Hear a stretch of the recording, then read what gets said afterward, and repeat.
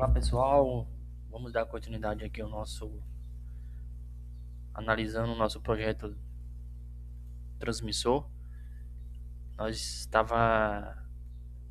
Meu projeto objetivo anterior, a parte 1, aí agora a parte 2, eu vou falar dar longos vídeos, parte 3, parte 4. Estamos analisando aqui o código-fonte do OBS Studio, certo? A licença GPL2, e aqui tem todas as partes, estamos verificando as páginas principais do OBS. Eu fiz uma anatomia aqui e a arquitetura para a gente analisar o OBS Studio. Então iniciamos no vídeo anterior a parte 1, parte 2, certo?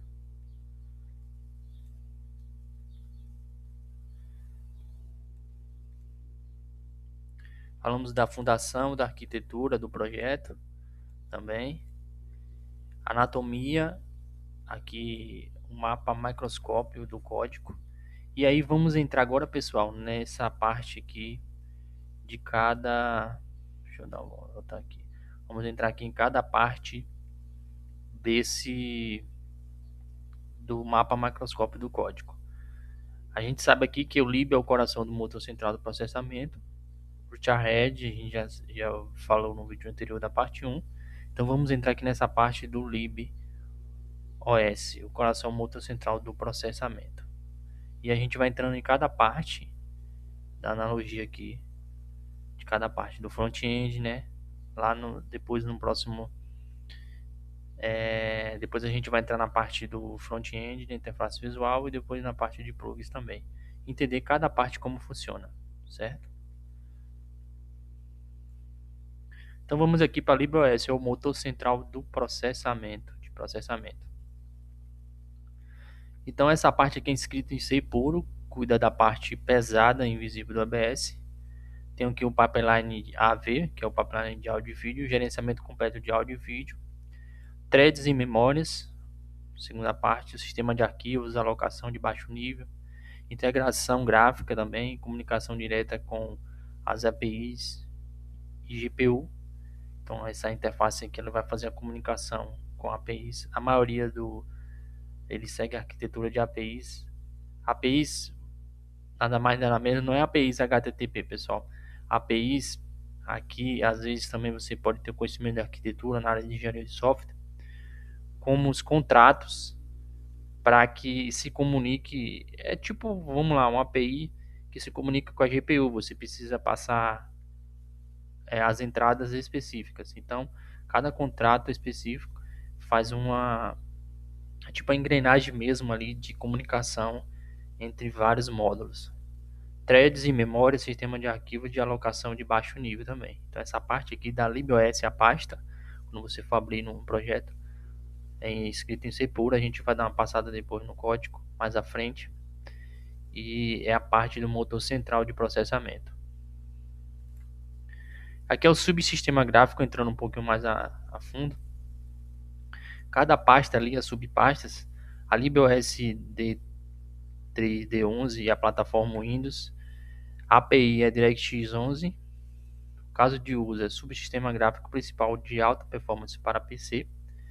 Também tem o LibOS WinRT, que é o Windows Plataforma. A API é o UWP WinRT, específico para a captura de janelas modernas do Windows Runtime, para capturar o DirectX é o subsistema gráfico principal para alta performance. Já o WP é para capturar as telas áreas de trabalho do Windows. LibOS Metal, que é o macOS OS, Apple Metal, subsistema de alta performance isolado para o ecossistema da Apple. Então aqui é uma infraestrutura para você testar, que você consegue testar no Windows. Aqui já requer um macOS já para testar, para capturar ali o subsistema de alta performance. LibOS OpenGL, multiplataforma OpenGL, subsistema de legado e suporte customizado cruzado. Subsistema legado e de suporte cruzado. OBS isola a lógica de desenho de tela em pastas irmãs para extrair o máximo absoluto em cada sistema operacional. Então ele isolou aqui lá, se você for ver, cada pasta isolou cada pasta aqui para fazer o subsistema de gráficos e renderização. Então eles isolaram cada pasta específica dessa. Vamos agora aqui para a parte front-end e charhead. Estamos naquele módulo. Vamos lá, vamos nessa parte. Estamos aqui, ó. Voltando nessa parte agora, entrando aqui charhead, né, dos utilitários e a camada front-end. Ok?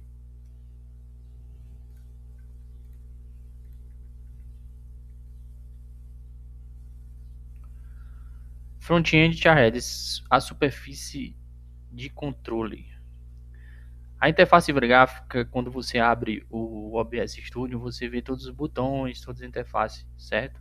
O Dataflow ali. E a interface gráfica ela realiza a comunicação entre camadas, certo? Que as camadas, os front-end, a interface é escrita em C++ via Qt, que é um framework de multiplataforma para desenvolvimento de interface gráfica. Depois você pesquisa aí Qt, você vai ver. Bem legal esse framework. Controla toda a experiência visual do usuário em desktop. Botões, menus, painéis, docks e transições de cena arrastável. É um sistema muito robusto, mas para rapidez do desenvolvimento, a equipe criaram dessa forma.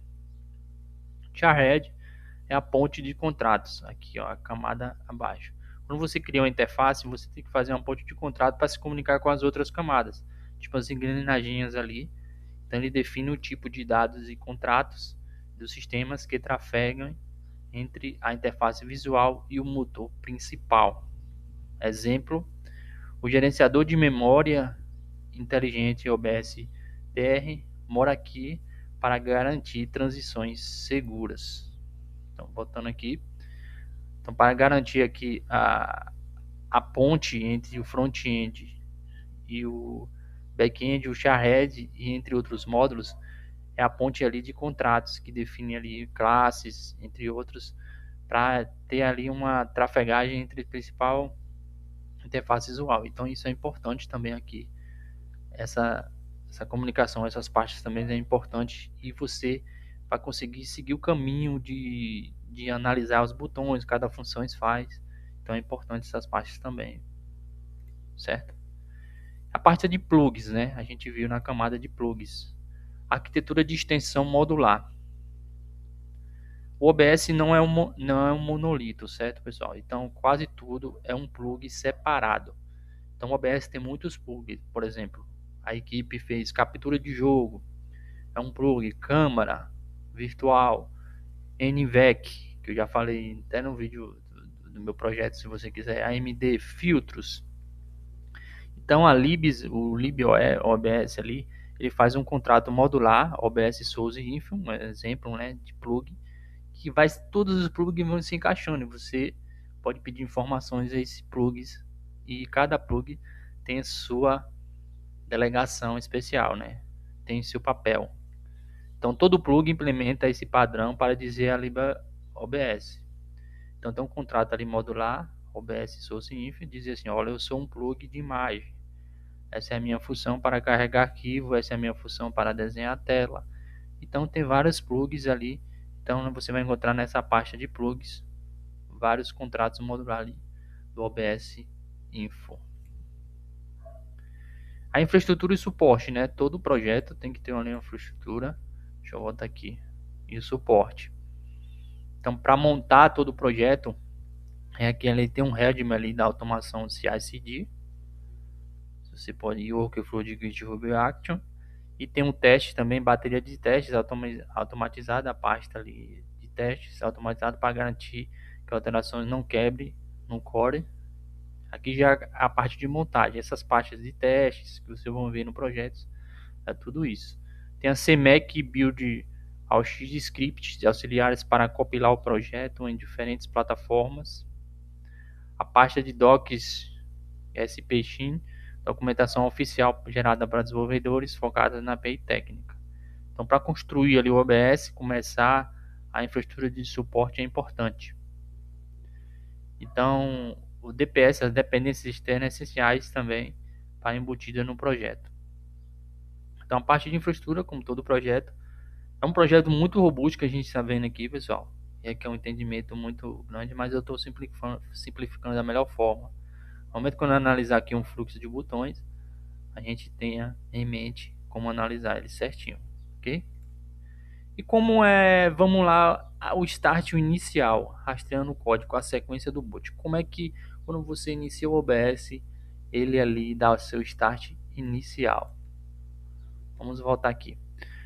Passo 1, ponto de ignição. No momento que você inicia seu OBS, o arquivo UI, que é a interface gráfica, o arquivo OBS underline app, a gente vai entrar depois nesse arquivo .cpp, que é arquivo em C++. Você vai procurar pela função main, e é aqui que o OBS nasce. Então, dentro dessa função, a gente vai navegar depois no código. É aqui onde que inicia o start inicial do OBS. E aqui ele faz todo o seu fluxo e depois vai para validações de sistema. Segundo passo, o código configura o idioma e checa os drives da placa de vídeo. Então, quando você está dando start inicial no OBS, você está iniciando o seu OBS ali, ele está fazendo essa arquitetura de fluxo, essa sequência de boot. Então, a gente está rastreando um código aqui para como é que todos os nossos papéis de analista de desenvolvimento em qualquer segmento de mercado, nós precisamos analisar o fluxo e a arquitetura de como funciona a aplicação. Então, a sequência de boot inicial é essa forma. Deixa eu voltar aqui, daqui a pouco a gente vai para o passo 3, o despertar da interface. Inicializa ali as libOS, que a gente já falou no slide anterior. E finalmente abre a janela principal através do arquivo mywindows.cpp, Windows++. O arquivo, então a gente vai explorar esse arquivo OBS app main inicialmente nos próximos vídeos, e também aqui explorar algumas no meio windows.cpp, como é que está customizado, né? Lembrando, pessoal, que eu vou utilizar o Visual Code, mas existe aqui as configurações para você, um projeto grande desse requer o Visual Studio, que melhor você tem interface gráfica ali tudinho, é um pouco mais pesado, então preciso de recurso computacional para, se você quiser contribuir para esse projeto, preciso de recurso computacional, uma máquina virtual, contribua aí, máquina virtual, para que a gente possa analisar esse projeto, ok? Então vamos para a parte que você faz diariamente, que a gente estava utilizando. É a anatomia de um clique, iniciar a gravação. Como é que funciona iniciar a gravação ali do OBS na arquitetura dele? Quando você clica em gravar, iniciar a gravação, por trás dos panos, passa uma interface, o usuário clica no arquivo da UI, a interface de front-end, o arquivo windowsbasic.main.cpp, e tem a função Start Record, que é acionada. Essa função, o passo 2, é a ponte de dados, é que a gente falou. Deixa eu voltar aqui, peraí. O passo 1, né? O passo 2 é a ponte de dados. A lógica da interface traduz o clique e chama uma função correspondente do motor. Então, vocês viram no slide anterior que os componentes são encaixados. A gente está chamando a função do módulo dos libOS. Então, as funções ali da ponte de dados, a lógica da interface da função traduz um clique chamado a função correspondente ao motor.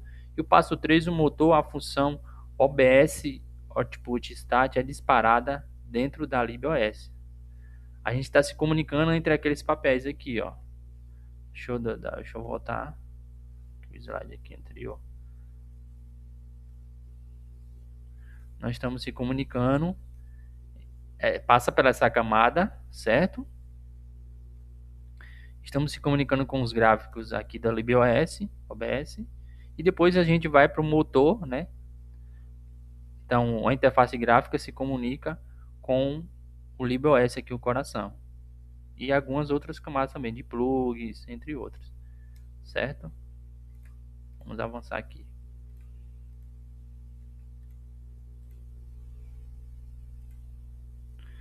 Então, passo 4, o módulo AlibOS acorda o plug codificador correspondente, por exemplo, FMPEG ou NVEC.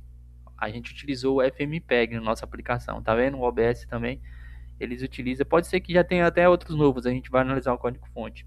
Mas eles utilizam aqui, é um motor parecendo simples, né, pessoal? Mas a nossa função também faz isso. A gente utiliza FMPEG, só que o nosso transmissor do YouTube que a gente fez nos vídeos anteriores, a gente fez esse fluxo de se comunicar até com a biblioteca. A gente não se comunicou com o NVEC porque devido à minha máquina aqui local. Então, cada máquina tem ele já deixa disponível ali as bibliotecas. Então, os passos da anatomia aqui do botão de gravar faz todos esses passos aqui. Passo 4, a LibOS acorda o plug codificador. Ele já está entrando aqui na parte de plugs. Exemplo, FMPEG para iniciar a captura real dos frames. Então, o motor ali está conversando com o FMPEG e o NVEC. No meu vídeo de transmissor para codificador de YouTube, nos vídeos anteriores, eu expliquei um pouco, né? Eu fui analisando um pouco a fundo, só que eu cortei algumas partes devido para o vídeo não ficar extenso. Então a anatomia de um clique de gravação é essa. No próximo vídeo a gente vai avançar um pouco, mas recapitulando, a gente já está o que você deve saber, né? As partes principais das partes, a arquitetura aqui, como funciona a comunicação, para você ter uma visualização no momento que você for pegar o código-fonte. Isso é importante em um projeto, ok? A gente como arquiteto, desenvolvedor ou analista, é importante a gente ter essa direção desse fluxo, para no momento que a gente acionar ali algo, a gente ter esse entendimento. É difícil encontrar, hoje com o advento da IA, antigamente era muito difícil, né? Com o advento da IA a gente consegue, você dependendo da sua bagagem de conhecimento, né? Melhorar mais ainda e transmitir conhecimento de forma fácil. Então, meu objetivo é fazer pesquisa e desenvolvimento e os passos a gente vai analisar esses nos próximos vídeos, analisar esses arquivos, certo? E estamos aqui no coração, né? Trabalhando aqui com uma função start do botão e analisando a anatomia. No próximo vídeo a gente vai analisar mais a fundo sobre essas partes. Então aqui o botão a gente faz uma inicialização e ele se comunica com as outras partes dos sistemas, normalmente, né? Então, para não ficar longo, no próximo vídeo a gente vai dar uma continuidade aqui e continuar com a nossa anatomia do clique de gravação, como funciona no OBS.